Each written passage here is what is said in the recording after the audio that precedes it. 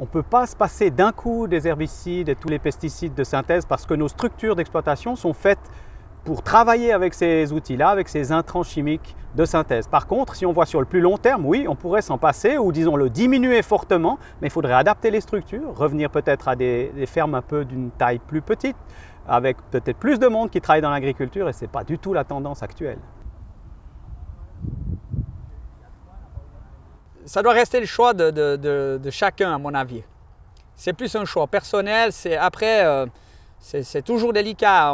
À présent, on voit quand même qu'il y a une tendance avec ces produits phyto, qu'il y a quand même certains risques. Il faudrait que les scientifiques se mettent d'accord parce qu'il y a des études qui sont controversées et surtout que ces études soient faites par des personnes neutres. Parce que si elles sont faites par les lobbyistes derrière, bien forcément que pour eux, il y aura du positif. Donc ça, c'est le grand défi prochain, c'est de savoir exactement quelles sont ces répercussions quand on emploie ces produits phyto. Ça, c'est très important de connaître. Donc, pour ma part, je préfère m'en abstenir actuellement pour préserver nos enfants, enfin les générations futures. Voilà.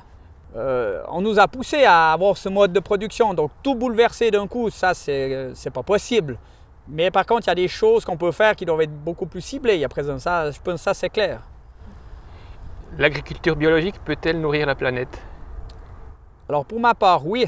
Au départ, j'avais, comme tout le monde, je me disais non, c'est vrai que ce ne sera pas possible. Mais clairement, à présent, quand on voit le nombre de déchets, surtout dans les pays industrialisés, toute la nourriture qui est gaspillée, et puis si on regarde plus loin dans les autres pays, en Afrique, ou bien par exemple en URSS, toutes ces terres qui sont laissées en friche, alors clairement, oui, on peut nourrir du monde. D'ailleurs, l'humanité a traversé 2000 ans d'humanité, ils n'avaient pas de produits chimiques, puis ils en sont quand même sortis.